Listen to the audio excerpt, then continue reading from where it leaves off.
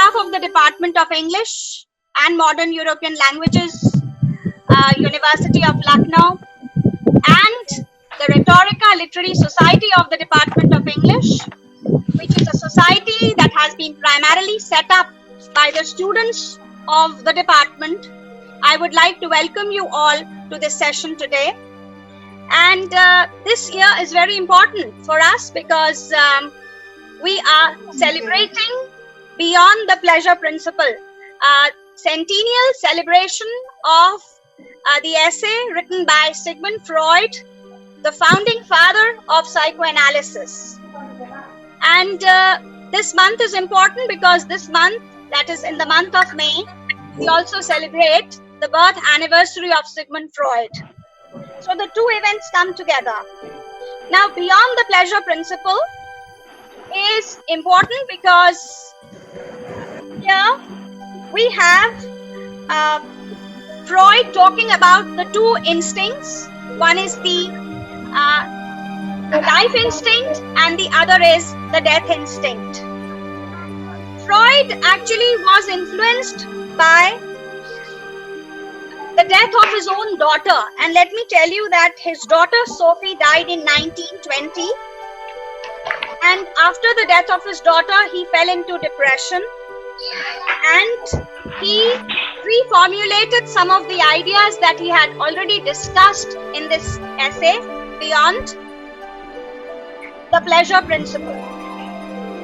Now, we have three researchers in the department, and the three researchers have been reading and have been extensively working in this area because they have been looking at psychoanalysis, they have been analyzing texts from the from feminist standpoint, and these three young research scholars from the Department of English would initiate today's program, and they are the ones who are going to discuss the various issues linked with Freudian psychoanalysis. Our next speaker will be Soumya Shrivastava. Soumya is working in the area of disability studies. So I'll begin my presentation. The title of my paper is Freud and the Unconscious.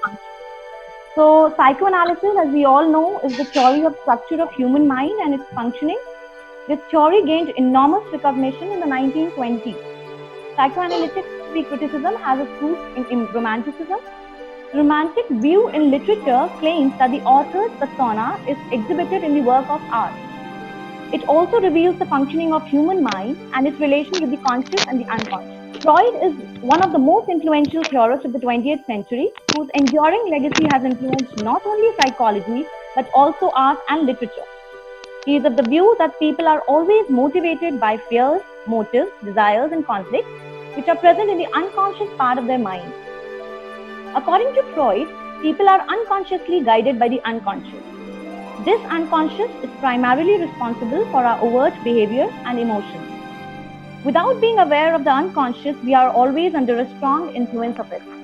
Sigmund Freud is of the view that language conceals, reveals, or modifies hidden desires, anxieties, and fears.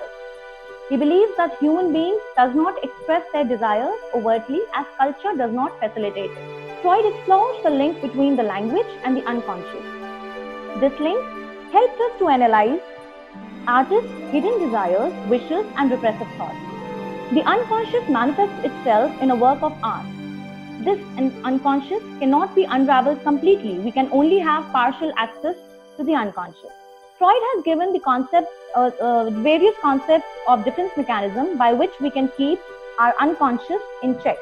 These defense mechanisms are transference, projection, and transference. Transference, projection, and regression. And I quote, transference is a phenomena in psychotherapy in which there is an unconscious redirection of feelings from one person to another. According to Freud, transference is an important piece of psychotherapeutic work. Projection, on the other hand, is a psychological defense mechanism in which an individual attributes unwanted thoughts, feelings, and motives onto another person.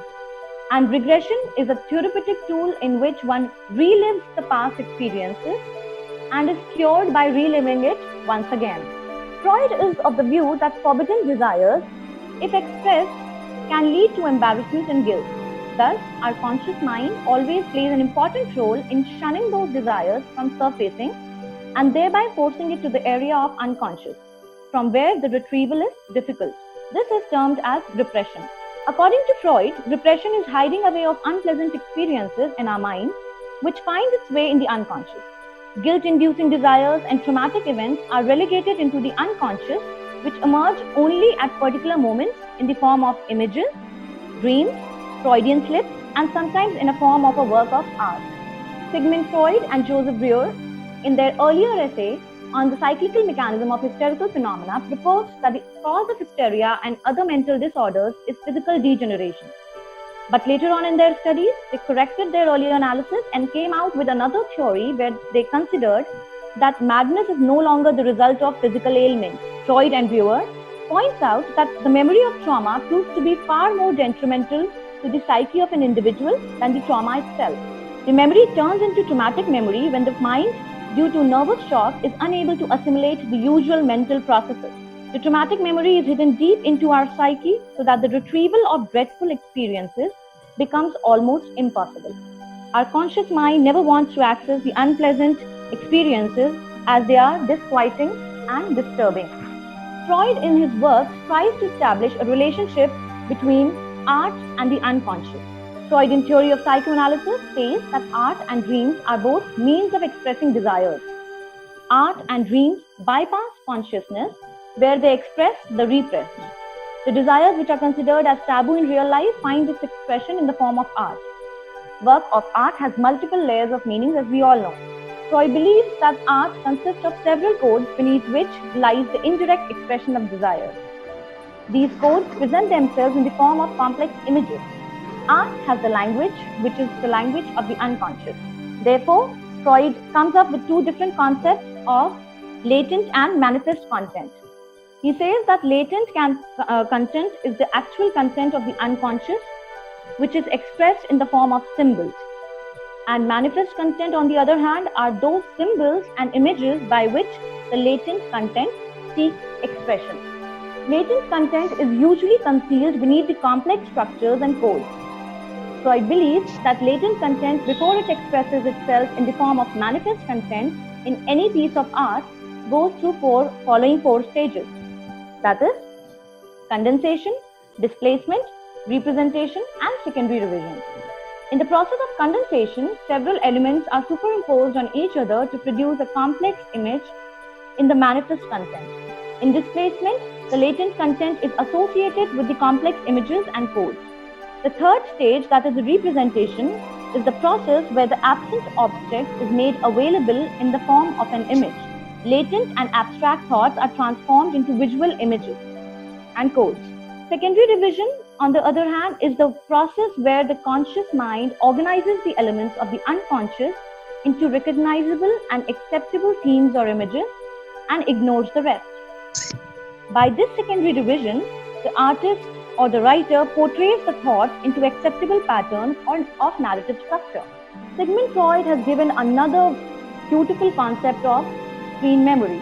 Retrogressive screen memories are produced when a contemporary thought is repressed and the memory finds some association or link with the earlier memory.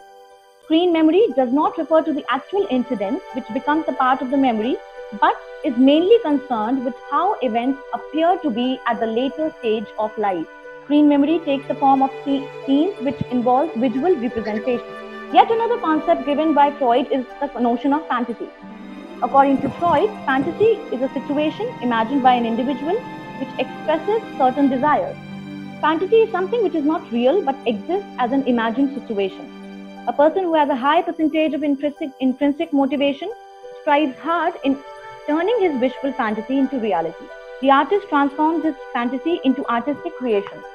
Freud considers that these fantasies constitute a great deal of true essence of the subject's disposition. Sigmund Freud, in Creative Writers and Daydreaming, explains the sources of inspiration and imagination which the creative writer uses in creating his work. Freud intends to draw a comparison between a child and a creative writer. A child, while playing, creates his own imaginary world. Similarly, creative writer, while writing, creates his own fictional world. A creative writer is able to liberate himself from his deep fantasies by portraying his fantasies in the work of art. Freud says that every creative writer creates his own world and rearranges various images of his world in a completely new way. This rearrangement of images in a new pattern gives pleasure to the writer. Creative writer portrays all his feelings and tensions in the work of art, which otherwise lay repressed in the unconscious part of his mind. By creating a work of art loaded with symbolic images and meanings, creative writer put in a lot of painstaking effort.